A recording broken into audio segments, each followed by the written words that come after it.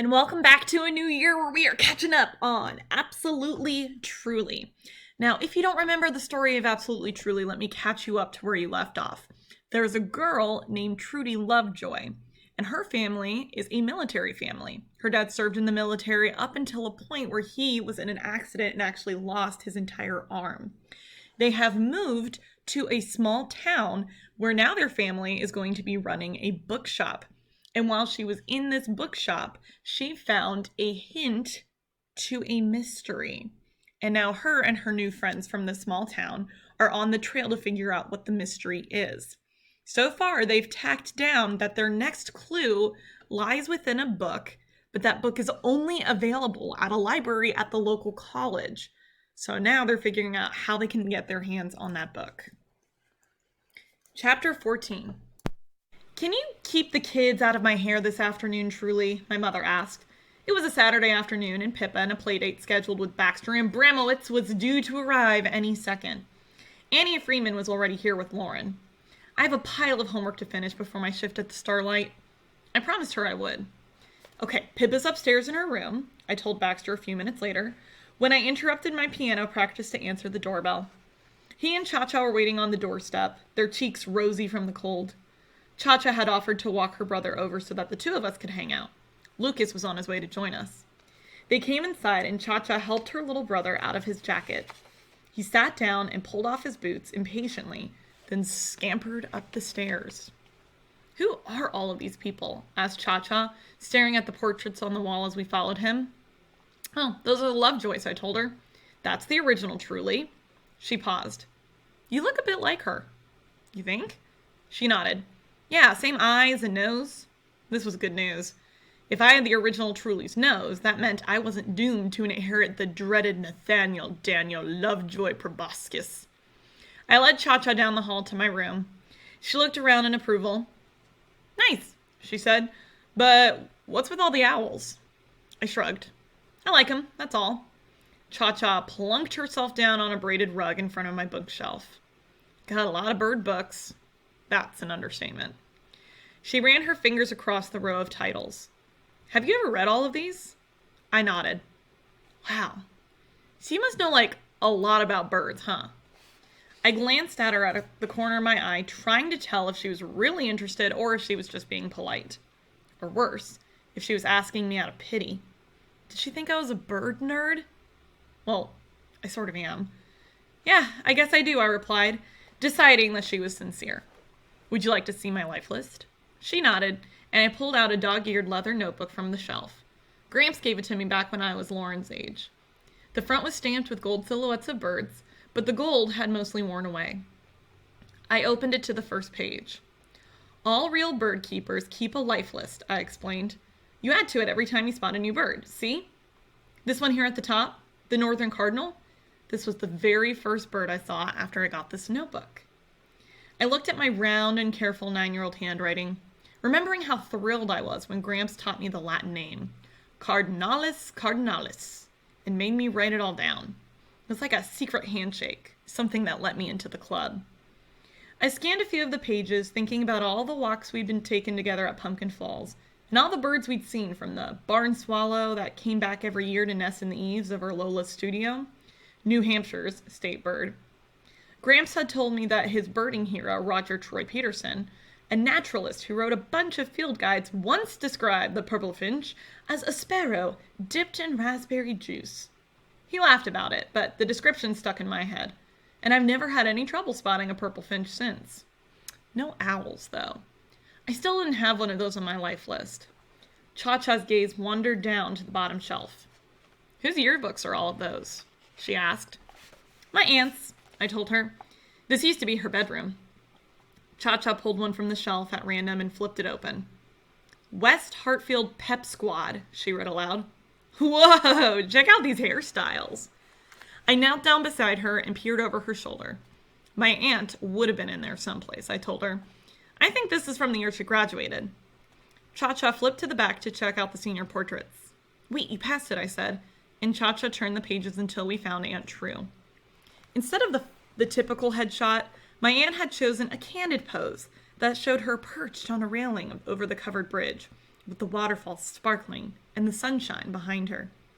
"She's really pretty," said Cha-Cha, "even with the big hair." I nodded.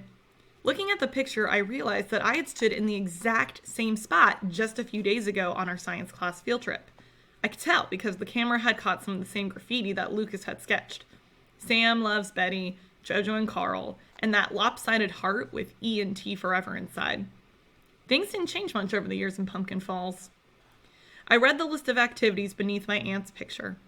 She had been on the debate team, which explained how she could win so many arguments with my father, and she'd also been captain of the tennis team, editor of the school newspaper, and a member of the Thespian Club, whatever that was. "Sweet," said Cha-Cha. "She was voted most likely to see the world." "Well, they got that right," I replied. "Aunt True's been everywhere." We looked for my father next and found him lined up with the other wrestlers for the team photo. I noticed he was already wrestling varsity even though he was only a sophomore that year. "He looks a little like Hatcher," said Cha-Cha. "Wait till you meet my brother Danny," I told her. "He and my dad could practically be twins." I stared at the picture. My father stared back. His jaw set and determined even then. It was weird to think that he hadn't met Mom when that picture was taken, or known that he was going to join the army and have 5 kids. My gaze strayed to his arms, both of them. He certainly didn't know that Black Monday was going to happen. "Principal Burnside was a wrestler too," said Cha-Cha, pointing to a vaguely familiar face in the lineup. It was perched atop a long, skinny flamingo neck. Our principal was a sophomore then too, just like my father, only he looked about 12 years old. "Guess he hadn't hit his growth spurt yet," I remarked, and Cha-Cha snickered. She turned the page. "Check it out, Belinda Winchester used to be a lunch lady." "She looks exactly the same," I noted in surprise. "Well, except for the hairnet and the uniform. And her hair wasn't white back then either." Cha-Cha nodded. "I'll bet she has kittens in her pockets though," she says, and we both snickered.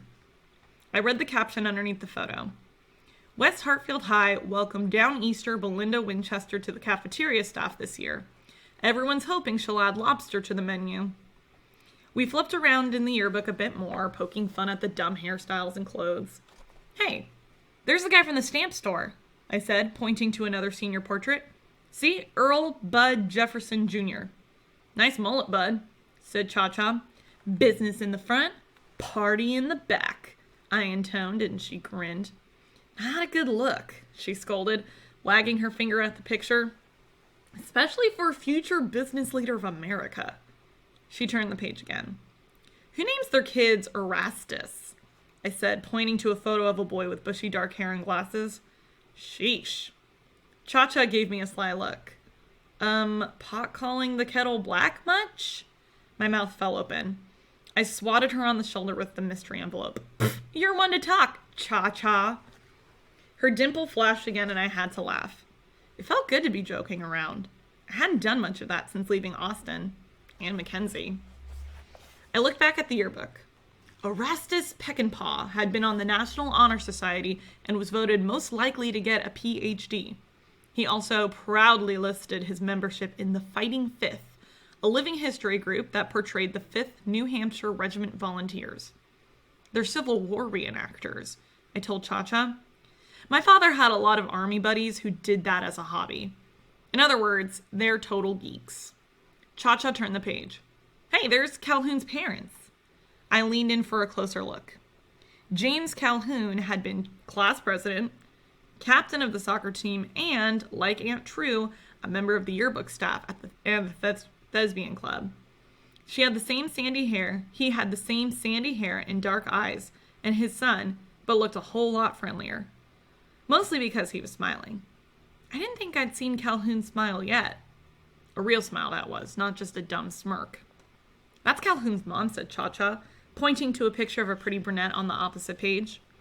Jennifer Upton had played in the school orchestra, was president of the National Honor Society, and had starred in a whole bunch of plays while she was at West Hartfield. I overheard Ella Bello and Lou talking about them at the diner, Cha-Cha said. Calhoun's parents were high school sweethearts. Everyone figured they'd be famous one day, but because they were just totally awesome actors. What happened? They got married after college and moved up to New York. To be actors? She nodded.